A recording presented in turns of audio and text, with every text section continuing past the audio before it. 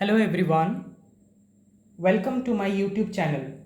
So, without wasting any time, let us discuss today's topic. So, today we are going to discuss the eigenvalue and eigenfunction of LZ operator. Now, let me give some information about what LZ operator is all about. We know that the angular momentum vector L vector can be written in the component form such as Lx I cap plus Ly j cap plus Lz k cap. Now here we are going to determine the eigenvalue and eigenfunction of this Lz operator. This is one of the component of angular momentum vector, right? So directly hitting on to the derivation, let us assume that psi be the eigenfunction and lambda be the eigenvalue. Here we have assumed that psi as the eigenfunction and lambda as the eigenvalue.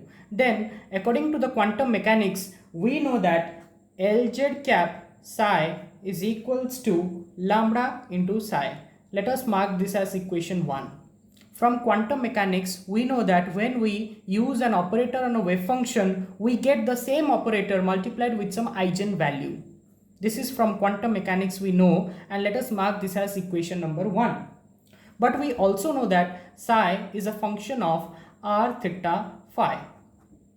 So according to the spherical polar, if we consider the spherical polar coordinate,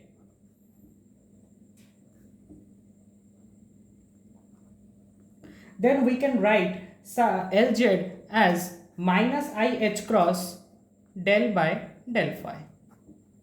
This is equation number 2.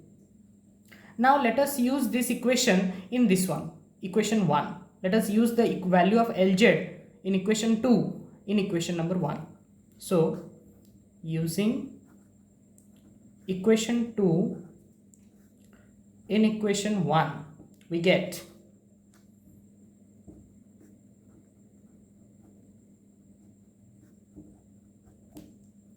now keeping del psi here and bringing this psi down and taking the rest term to the RHS, we get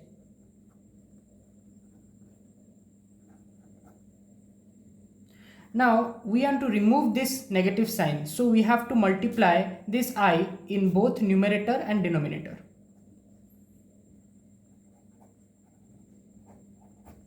So we have multiplied I in both numerator and denominator, so in order to get this negative value as a positive quantity. Okay.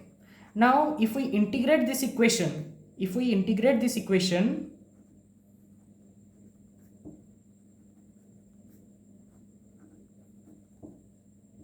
here we get the value as like this. Now this integration is ln psi, and here it is phi, plus since it is an indefinite integral,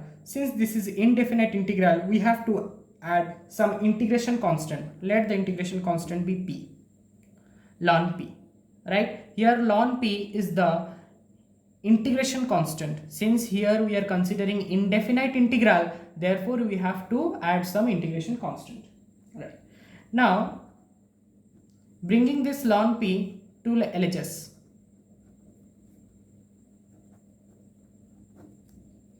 now this we know that ln psi by p.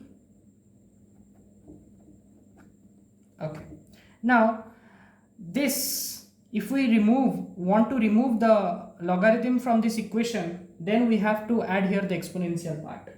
So if we'll write psi by p, then it will be e to the power I lambda by h cross into phi, and we get the value of psi as p e to the power I lambda by h cross into phi.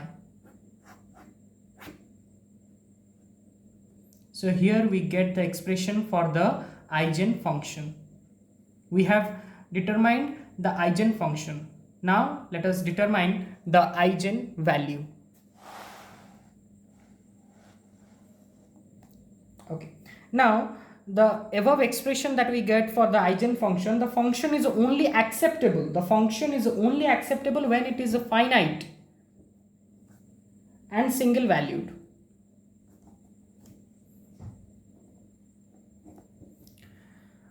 Whenever we get the expression for eigenfunction, that function is only acceptable if it is a finite and a single valued, which means psi must be periodic in nature.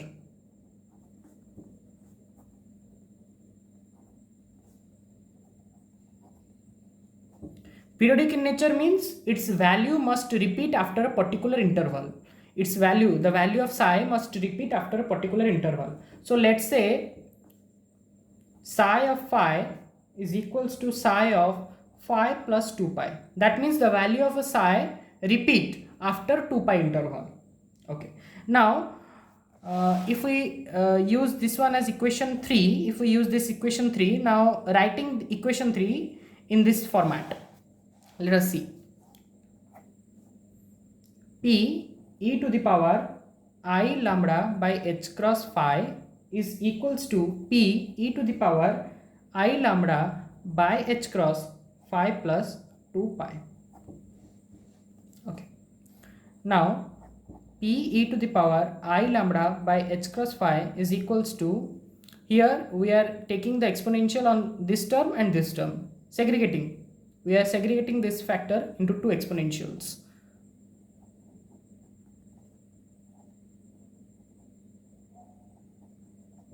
Okay. Now this equation will hold good. This equation will hold good only when this factor tends to 1. If and at all if this factor will tends to 1, then only this equation will hold good. So let us write e to the power I lambda by 2 pi divided by h cross is equals to 1.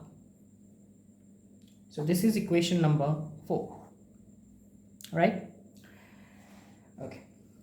We also know that e to the power 2 pi I is cos 2 pi plus I sin 2 pi, and the value of this one is 1, right? So e to the power minus 2 pi I, we also know that it is also cos 2 pi minus I sin 2 pi, and its value is also 1. Okay, this is the formula of e to the power I theta, cos theta plus I sin theta. In this format we have written, only in place of theta we have taken 2 pi, right? So in general, what we can write?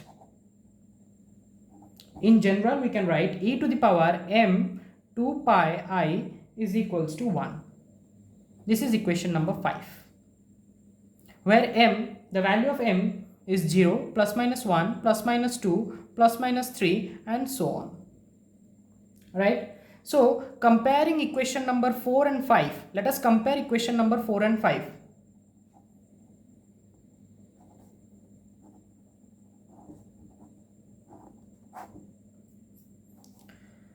E to the power I lambda 2 pi by h cross is equals to e to the power m 2 pi I.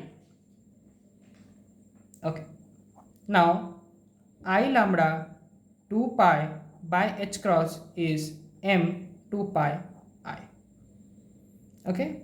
Now here 2 pi cancel out, I cancel out. So m is equals to lambda by h cross, or lambda is equals to m into h cross. But we have taken lambda as eigenvalue, and m is nothing but, here the m is nothing but the magnetic quantum number.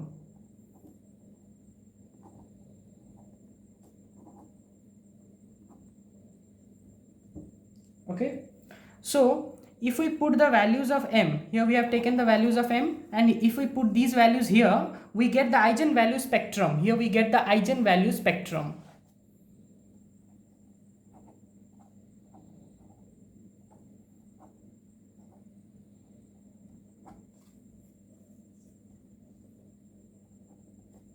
Minus 2h cross, minus h cross, 0, h cross, 2h cross, 3h cross, and so on. So this is all about eigenvalue spectrum. So this is all about today's topic. So If you really find this video helpful, then do like this video and subscribe my channel.